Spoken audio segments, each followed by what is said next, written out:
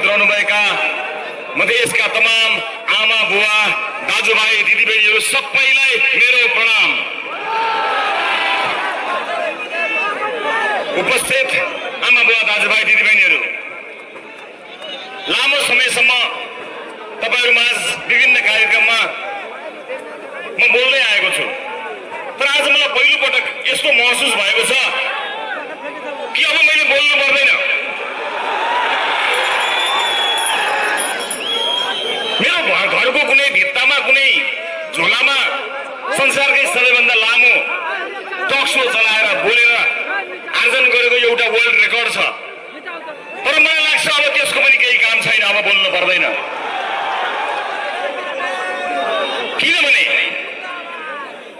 किनभने यस अघिको निर्वाचनमा राष्ट्रिय स्वतन्त्र पार्टीले एउटा बिउ रोपेर गएको थियो, उन्नत बिउ। हामीलाई धेरैले भने मधेसमा त तपाईले भोट ल्याउनु भएन, मधेसमा त तपाईहरु लोकप्रिय हुनुहुन्न, मधेसका जनताले त तपाईलाई माया गर्दैनन् भनेर धेरैले भनेका थिए। तर मलाई थाहा थियो कि मधेसले माया गर्छ, त्यसैले त मधेसले उन्नत बिउ रोपेको थियो र त्यो बिउ आज हुर्केर बढेर फल लागेर लह भएको छ।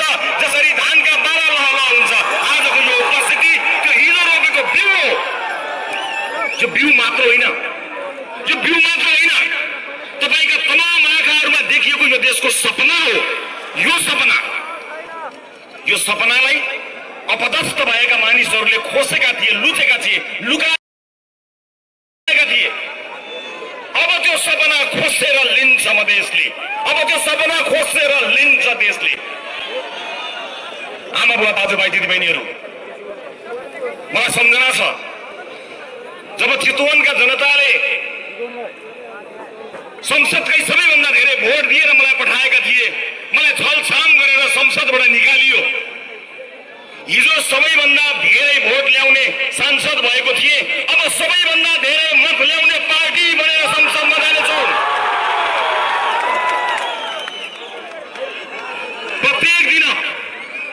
प्रत्येक दिन मेरो टाउकोमा लागेका मुद्दाहरूका कारण प्रत्येक दिन देशको कुनै न कुनै अदालतमा मैले उपस्थित हुनुपर्छ।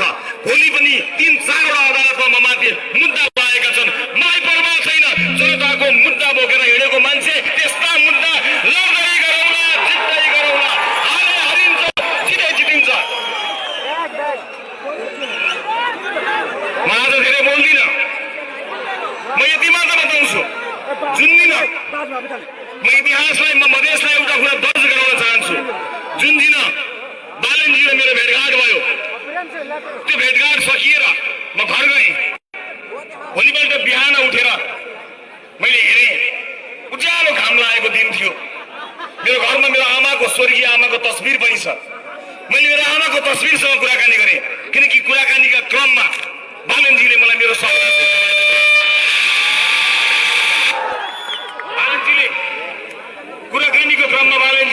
सपना सोध्नु भएको थियो। मैले आफ्नो सपना बताएको थिएँ, उहाँले आफ्नो सपना बताउनु भएको थियो। हामीले एकअर्काको सपना साझा गरेका थियौँ। भेट भएको 5 मिनटमा नै हामीलाई थाहा थियो कि हामी सँगै हिँड्न सक्छौँ। 5 मिनटमा तपाईलाई आज यति कुरा पनि बताइदिन्छु। म रवि लामिछाने र बालन शाह बीचको वार्ता 5 मिनटमा सकिएको हो। बाँकी त हामीले एकअर्कालाई चिन्नका लागि मात्र समय खर्च गरेका हौँ। जब देशको हितलाई केन्द्रमा राखिन्छ नि, त्यतिखेर कुनै वार्ताको नाटक गरिरहनु पर्दैन। तर आफ्नो हितलाई राख्यो भने मात्रै यो वार्ता हुने मानिने। हामी दुवै यो देशको हितका लागि र जनताको चाहना अनुसार एकै ठाउँमा आएका थियौँ, किन यसको विकल्प छैन। अब नेपालले यो गरिबी सहन सक्दैन, अब नेपालले यो विभेद सहन सक्दैन र पर्दैन। र त्यस दिन बिहान जब मैले मेरो स्वर्गीय आमाको तस्बिरमा हेरेर मैले आमालाई भने, आमा, बालनले देश बनाउँछ, बालनले हाम्रो सपना पुरा गर्छ। यो भनाइको साक्षी मेरो श्रीमती छिन्। मैले उनलाई अँगालो हालेर उनलाई पनि त्यही भने। मेरो आमासँग कुरा भयो र मैले आमालाई भने, आमा, बालनले देश बनाउँछ। यो मेरो विश्वास हो।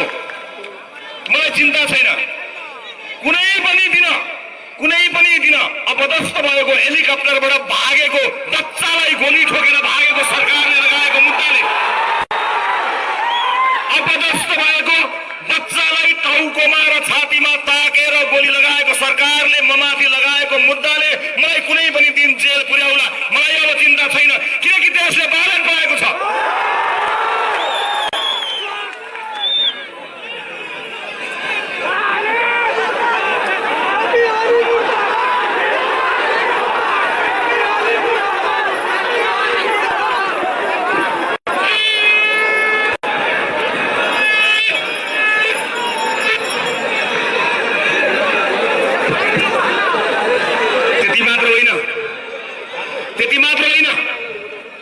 बच्चालाई छाती र टाउकोमा गोली हानेको सरकारले मलाई गरेको अन्यायको कुनै हिसाब छैन, देशलाई र मधेसलाई गरेको हिसाब, त्यो अन्यायको हिसाब अब चाहिँ लिने हो। अब त्यो हिसाब हामी लिनेछौँ। मलाई कुनै परवाह छैन। मलाई विश्वास छ यतिका मूर्धन्य नेताहरू यहाँ उभिनु भएको छ। जनताको यति ठुलो साथ पाएपछि अब चिन्ता गर्न पर्दैन। अब देश समृद्धिको बाटोमा अगाडि बढ्नेछ, सामाजिक न्यायको बाटोमा अगाडि बढ्नेछ। उपस्थित आमा बुवा दाजुभाइ दिदीबहिनीहरू, मलाई धेरै अगाडि भन्नुहुन्थ्यो कसैले कि तपाईँ मधेस त्यति आउनुहुन्न, मधेसमा तपाईँहरूको त्यति धेरै सङ्गठन राम्रो छैन, मधेसमा तपाईँहरूको उपस्थिति कम छ भनेर धेरैले भन्नुहुन्थ्यो। उहाँहरू सबैलाई म एउटै जवाब दिन चाहन्छु, मधेसमा धेर आई वा दुरुस्त आई,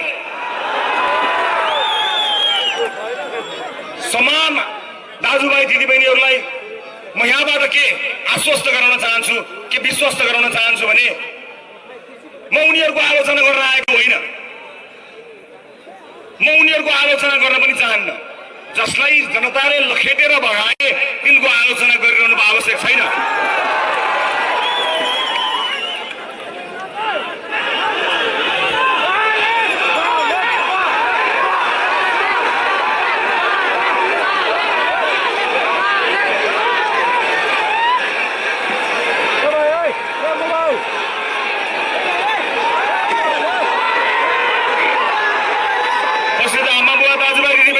छोडिदिनुहोस्, हामीले कसैलाई देश छोड भन्न पर्दैन।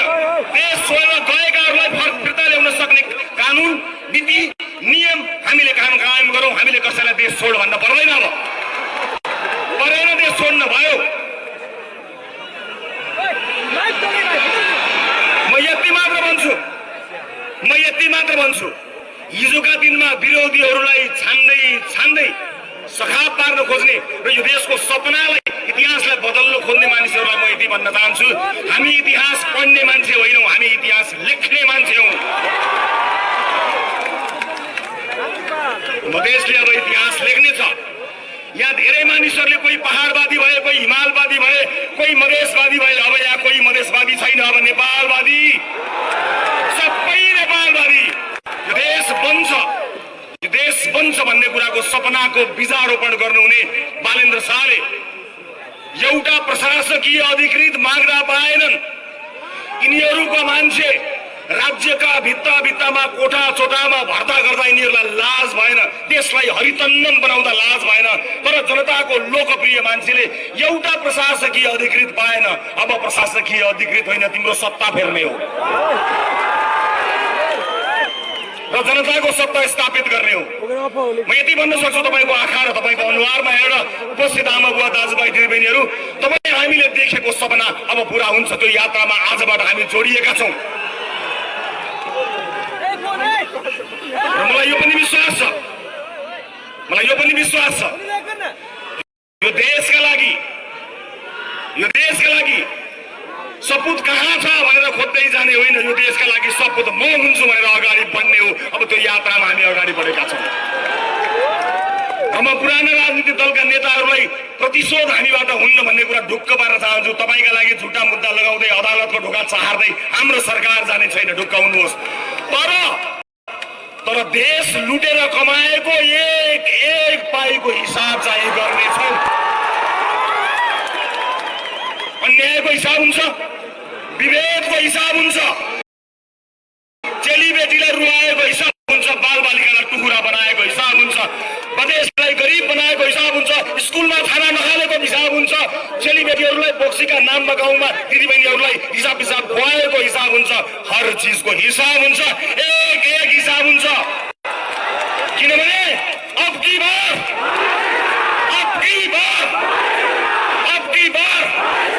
जय देश जय